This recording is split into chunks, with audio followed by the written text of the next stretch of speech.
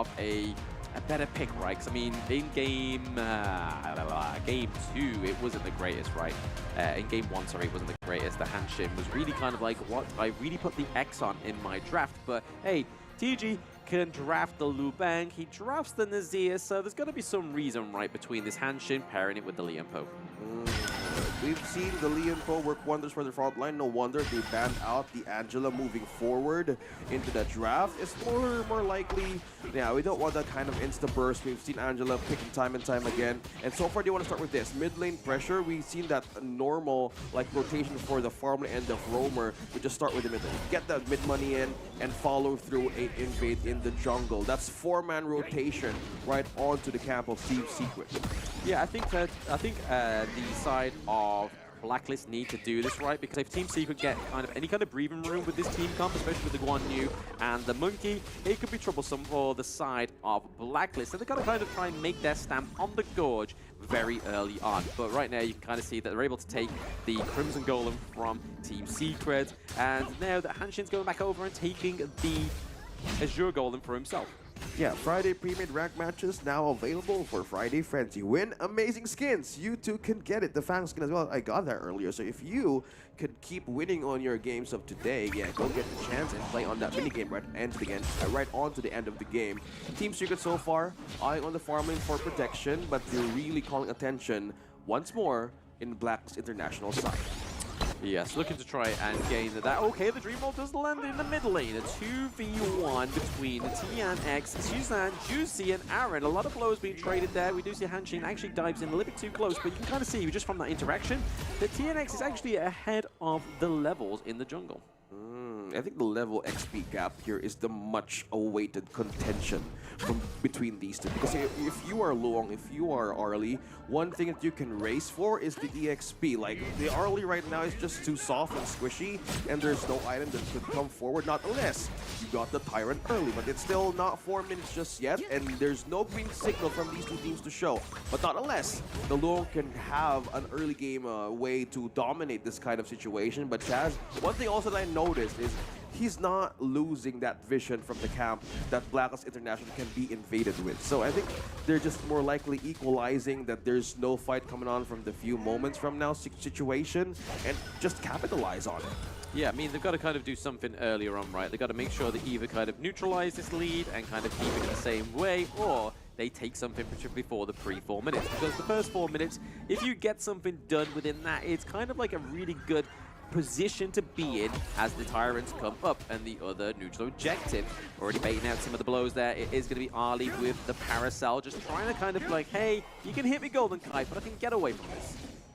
Okay, looking at the vision check as well. Yuan and Chaz not letting go of these corners right onto the farm lane. These are deadly corners that I experienced in my games. It's just so hard to handle, not unless you have a very tanky frontliner. So pick up on the Hanshin, slowly building up with the Blazing Cape. Also magic damage for the Gun and Mow. We're looking at the staple, the usual items that you want to take in with the Gun and Mow earlier. So this is like the same situation they were trying to see here, rather than committing to early game mistakes. But so far, Team Secret was slowly seeing a small lead happen, but yeah, but they just keep on invading and just going over the visions too.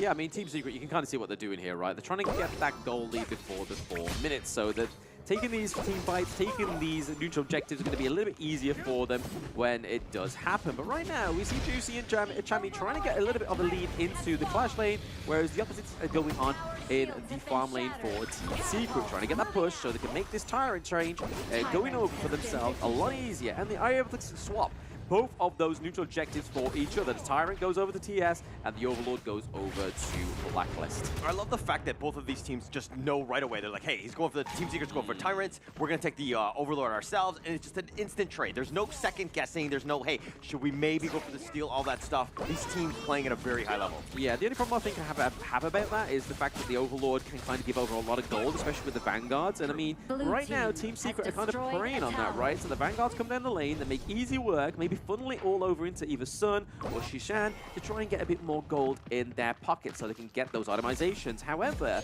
I think it was a little bit more successful for the side of a Team Secret, able to get that T1 into the farm lane. Yuan and also Shuan is here though, but just spotted him Go in for early. this one. They go for the burst ram, not able to connect. It looks like I think Juicy got it. Juicy got it, yeah, he got it. He did a good job. Well done, Juicy. Pat on the back for you, my boy. But you can kind of see the Vanguard here up into the clash lane, looking to try and get some damage onto that T1. They need to kind of replicate that. They don't want to give Team Secret any kind of priority in these lanes, because if you do give them an inch, they will take a mile. First item pickup as well. Doomsday and the Axel Stormont both for the Arlie and the Luong. So far, something's happening here. Infinite fastness, he goes forward. Golden Kite continuing on. Sun has been killed, and it looks like they want to go for Yuan. They do have a lot of damage, and with a couple blades, Aaron will slice him down. We see a first blood for Aaron 3 games in a row. I mean, this is somebody that we didn't predict to have a great game, right? I mean, the Aaron on the Princess Frost is not the Aaron that's on the Ganon Mo.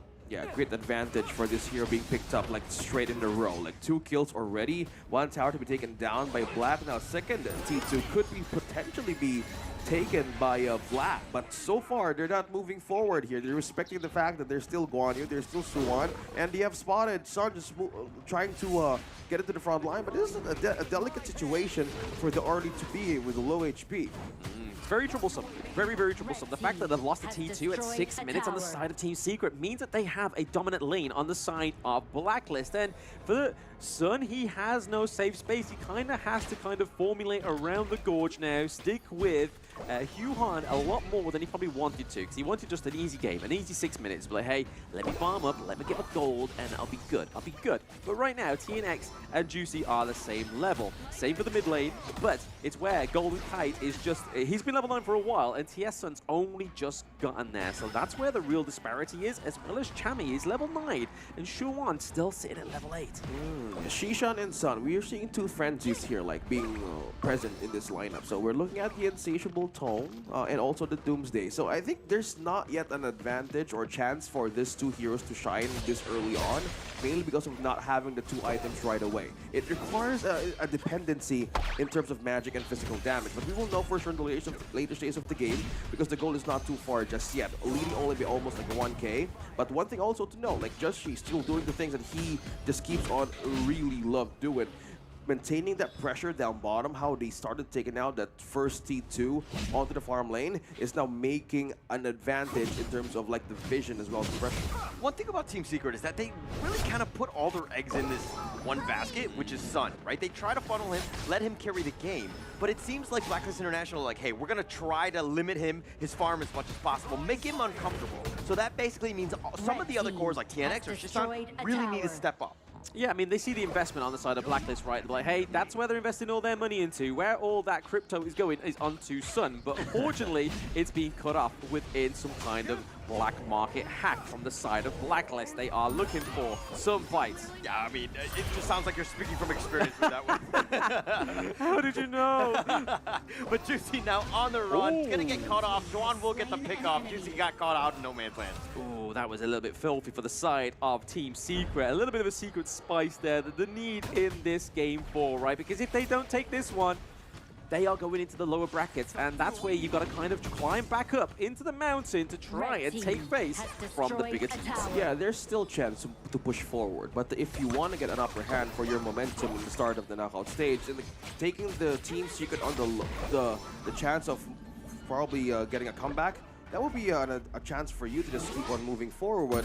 But this is becoming a problem here for Team Secret. How will they bounce back? No damage. All the unbridled uppers connecting out of 2. TNX with a nice dream roll on the infinite fastness. He's going to go forward. Golden Kite can only go forward. He goes to the heart of the enemy team, but he flashes, and he seems to continue a fight, but he gets pushed back with the heroic charge. Juan will pick him off. Golden Kite is down for the count, but now the dash away, the burst ram, the magma slam, just creating these zones, and now Blacklist International have a 1 for 2. The Magma Slam Whamma Jam, I think I'm going to call that combo, right? I mean, they were coming at from 3 different angles. The Zhang Fei, the TNX, and then they also had the Guan Yu. And like you said, Guan Yu can only go forward. He cannot go back on a horse. Yeah, unfortunately for him. But, I mean, Golden Kite, every single infinite fastness, always hitting like 2 or 3 members. Yeah. He is not scared. No, he's a very aggressive marksman in this side of Blacklist, right? He can do a lot of damage.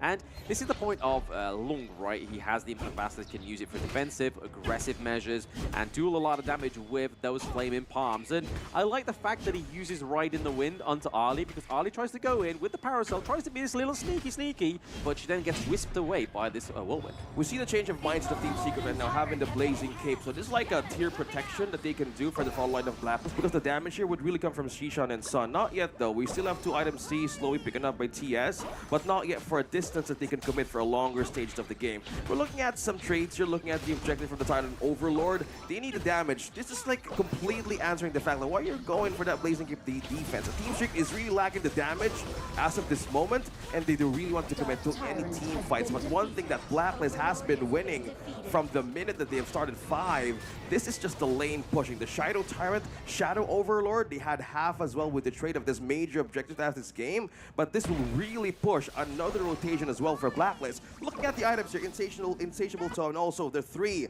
Trinity power picks for this early. You have the Eternity Blade, Doomsday, and Shadow Ripper present. This is damage, but this is not really the great cause for a winning condition. We're still waiting for the right moment for this early to shine, but so far this has become a problem. When is the right time for Team Secret to strike? Because Blacklist, well, right now, if we compare the lead, Team Secret has eyes on coming back.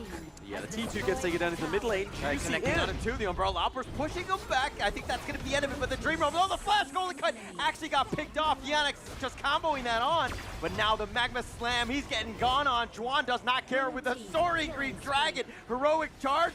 Buddy, you're in the wrong side of the base, and he's gonna go down. He kind of like leaped over like the embankment. It was like, wait, where am I? Like, what's going on? Why are the turrets shooting at me? Oh, I'm not in blue base? Yeah, that's crazy. But Team Secret with a great engage there, right? A lot of damage and taking out Golden Knight. Yeah, we kind of see it as a sacrifice, but it was mainly by time for Team Secret. Eric going down, he gets picked off. He's knocked up though. The Enlightenment from Chammy does make him pay. This T3's taking a little bit of damage, but Team Secret can't push because they don't have minions.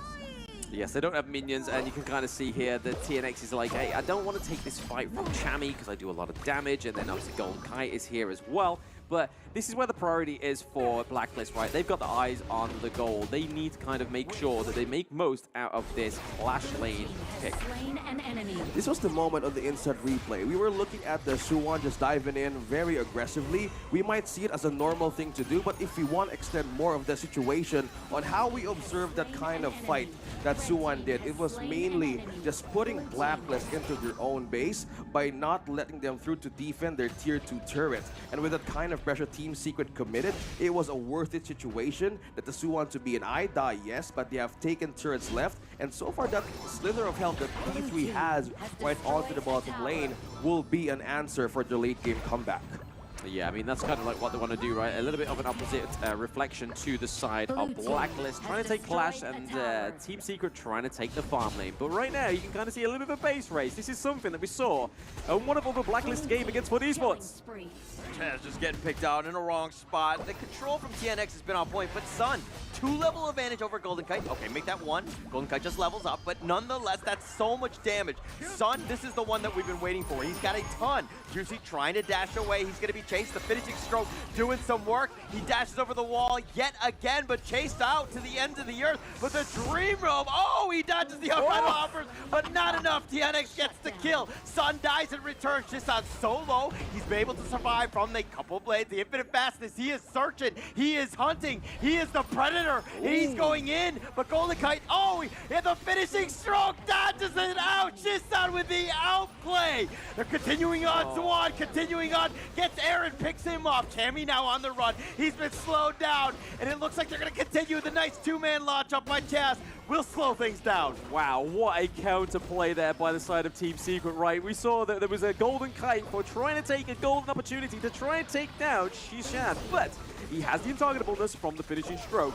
And unfortunately for the side of Golden Kite, he doesn't have Sage's Sanctuary. He's not able to build Splendor. It makes no sense in his kit for that status. So unfortunately from him, the Infinite Fastness was used a little bit too aggressive to the point that he couldn't return. I mean, Golden Kite was aggressive with every single Infinite Fastness, and they paid off. That was the one time where he didn't get it. So again, sometimes when you play with fire, you get burned. Yep, the Flaming Palms really did burn off his hands.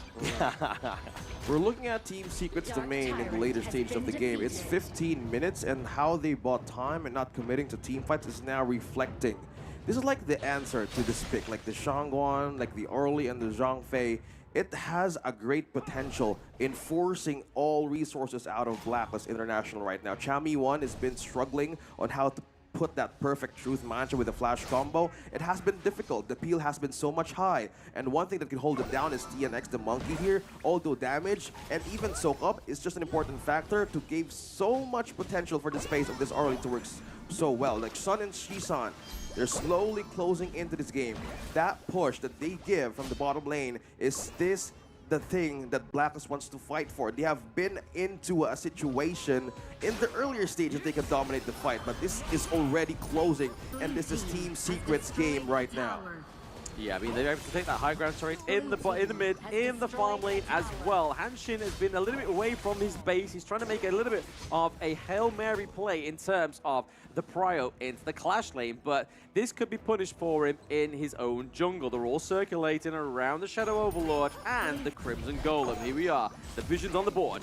We see the Magma Slam. The first Ram going on the side. He's taking a lot of damage, but here come the reinforcements. Chaz not gonna survive. He's gonna be killed. Chami looking to fight, but he finds Yuan, who's just too tanky. The three-man truth was nice, but Chami's gonna be killed. Aaron is as well. They're chasing him down. Juan wants Golden Kite, takes off the pick. They want Juicy. One last kill. They are not scared. Yes, they are. The T3 is gonna slow them down, but they're gonna march down mid, and Team Secret will fight back, and they will take game 4 here. It took about 16 minutes, but that's it for Team Secret. Yes, a valiant effort for Team Secret there. They had to do that to fight back, right? Go all the way to a best of 5. So 5 games coming through for the first best of 5 within the knockouts. I mean, would we want to start this any other way? We expected really in a tight situation from Team Secret and Blacklist International. Both had great adjustments from game number 1 and 2. So far, they're not letting go of the most possible scenario that they can have a comeback. They know what was their assignment in the early game. They had the window, they had an opportunity, but things that Team Secret has been doing, they have been silent. It was very calculated. It was a growing problem that they need to adjust, but it was so far for them to handle. Yeah, so this is kind of where Team Secret were able to play to their strengths.